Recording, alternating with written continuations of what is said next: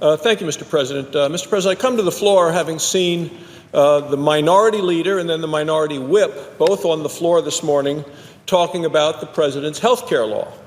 It's a law that the president said people should forcefully defend and be proud.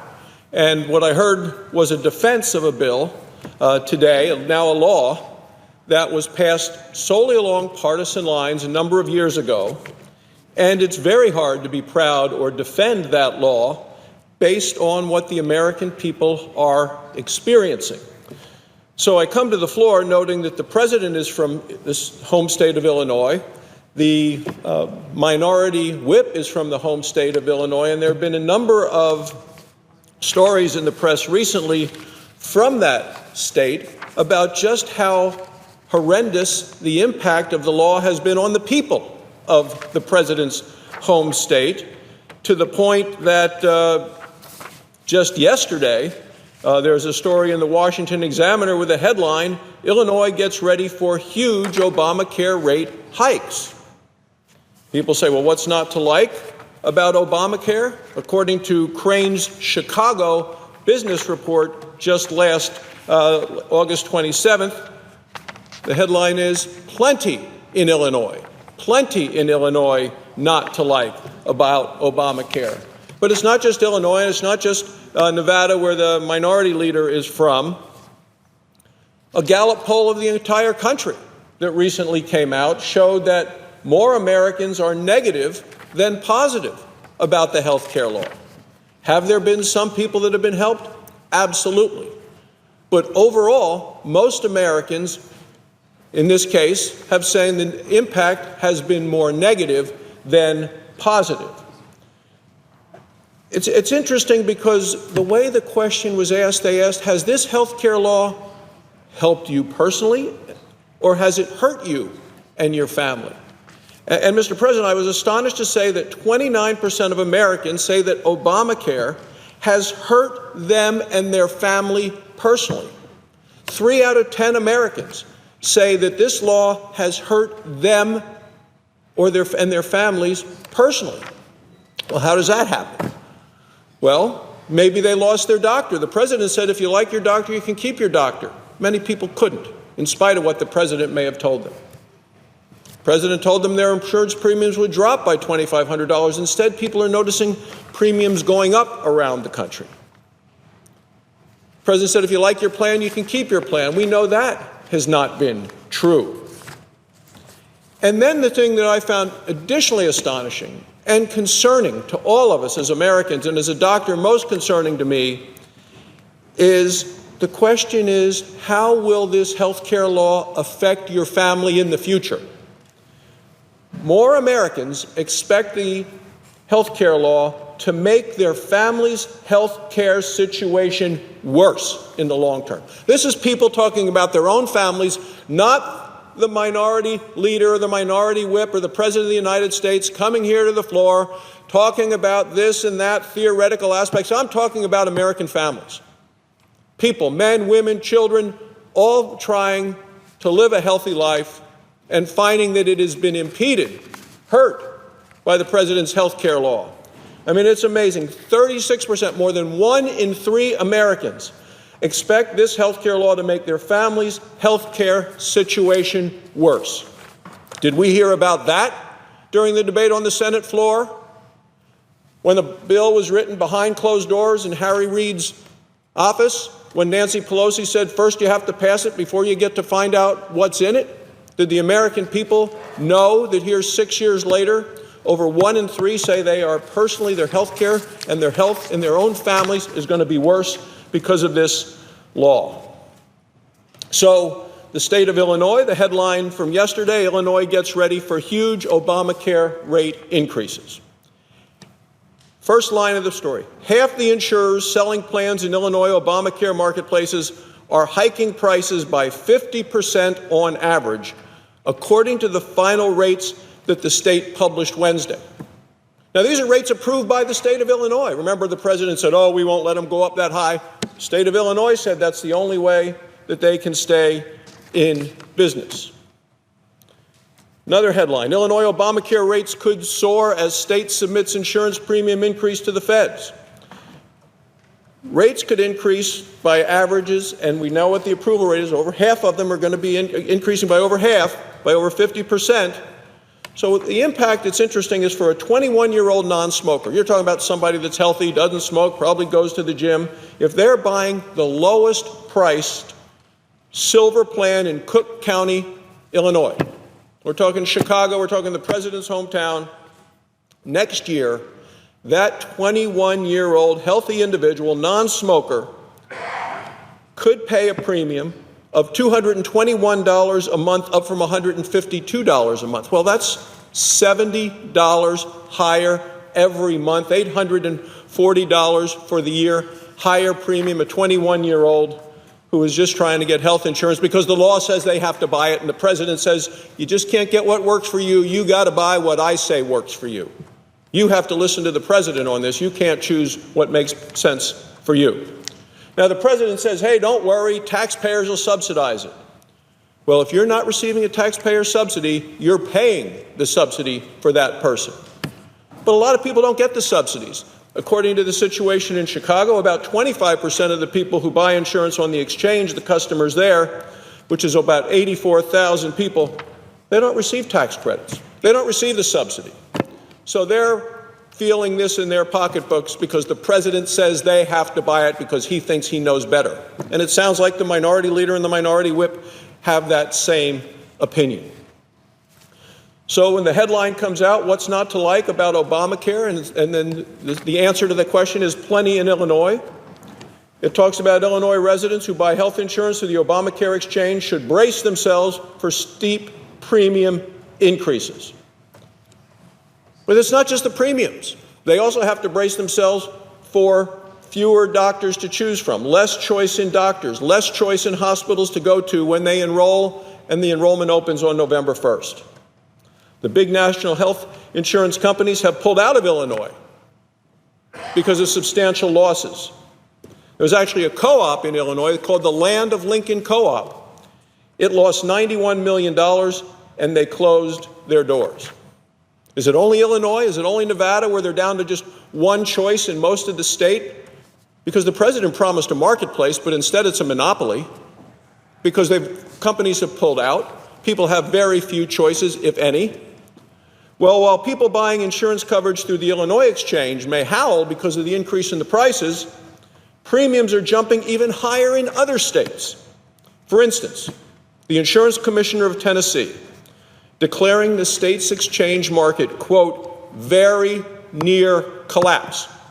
Very near collapse in Tennessee. They approved an increase, the one insurance company, 62%. 62% increase. Is that what the president means when he says forcefully defend and be proud? The president and the senators who are on the floor today talked about the issues, and the president pointed to this. He said, oh, well, people aren't going to have to go to the emergency room after the Obama health care law has been passed because they'll only have to use it for emergency, not for routine care. Well, what came out in the Chicago Tribune, the president's hometown newspaper, August 30th, this year? Illinois emergency room visits increase after Obamacare. Increase. It says emergency room visits in Illinois increased by more than 14,000 visits a month on average in 2014 and 2015 compared to before the president's health care law was signed. This is from the Annals of Emergency Medicine. They follow these things. Well, the article goes on and from the Chicago Tribune, and it says one of the goals of expanding coverage to all was to reduce the use of pricey services such as emergency department visits. That's what the president said. That's what the Democrats said when this bill was being debated, because the emergency room was the area of last resort for people who didn't have doctors, didn't see them regularly, so with the health care law, they wouldn't need to go to the emergency room. But the study's authors noted that this spike in visits in Illinois runs contrary to what the president promised and the president's goal. The co-ops have been especially troubling, and certainly in Illinois, the Land of Lincoln Co-op. But it's not just Illinois. co-op after co-op after co-op have failed, including one yesterday in the state of New Jersey. Gone. What does Crane's newspaper, the Chicago Business, say about Illinois? Illinois Obamacare plan to fold after 3-year run. Land of Lincoln Health and Obamacare Insure that launched 3 years ago to bring competition. The idea of the president said he wanted to bring competition to the online exchange is liquidating among big financial losses. Location after location, state by state, people that have relied upon the president's promises have been bitterly disappointed. And the thing that is so distressing about what happened in Illinois with the co-op, because it failed during the middle of the year, done. People then need to go find new insurance. Well, we've talked before, Mr. President, about the issues of high copays, high deductibles. When a co-op fails and you have to buy new insurance, you have to start over from scratch with paying the copays, paying the deductibles. So somebody that actually bought insurance through the president's idea of this co-op that has now failed find themselves with a new insurance company, if they can find one, because the law says they have to buy it, finding themselves with new insurance, but they have to start over. So the Land of Lincoln, the so-called co-op health insurer on the state exchange, is going to shut down at the end of September, coming up just in a couple of weeks. It's 49,000 Illinois members. This is according to the Chicago Tribune. It's 49,000 Illinois members have to get new insurance coverage for October, November, and December, because it's done at the end of this month. They will likely have to start from zero again on their deductibles and out-of-pocket maximum payments, in some cases costing them thousands of additional dollars. Is that what President Obama means when he says forcefully defend and be proud? There's very little to be proud about what this president has brought upon the American people, which is why we see so many families concerned. The final issue that I bring to you, Mr. President, is the fact that so few people are signing up in spite of the fines, in spite of the taxes, in spite of the mandates, to the point that the Washington Post had a front-page story, health exchange sign-ups fall short. They expected, at this point, 24 million people signing up. They're at 11 million. So they're 13 million short. There's still almost 30 million people in this country uninsured. But it's not because they're making it hard to sign up. Oh, no, Mr. President, you may have seen this story that came out yesterday on CNBC News. Obamacare marketplaces remain vulnerable to fraud. A new government audit finds. 2 new government audits reveal that the nation's Obamacare marketplaces, the article says, remain vulnerable to fraud after investigators successfully applied for coverage for multiple people who do not exist. They made up people, they applied, and the Obamacare exchange sold them the insurance and counted them as good. It says in several cases this year, fake people who hadn't filed tax returns were still able to get Obamacare tax credits. Not just get insurance, but get subsidies from hardworking American taxpayers. Were still able to get Obamacare tax credits to help pay their monthly premiums for coverage right now.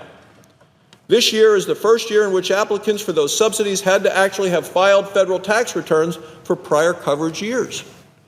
But they hadn't filed it. Didn't matter to the Obamacare exchange people. They are so desperate to get people to sign up because so few people are signing up that they'll sign up people who don't exist. Now, they put up 10 fictitious applications. 8 of them failed the initial online identity checking process, but all 10 were successfully approved according to the Government Accountability Office. It is amazing that yet people all around the country know how poorly this law is working in terms of them, their lives, their families. I heard one of the senators today say the Republicans have no options. The Republicans have offered plenty of responses to what is happening with the Obama health care law. The State Health Care Choice Act allows states to make a lot of decisions that are now being made by unelected, unaccountable Washington bureaucrats.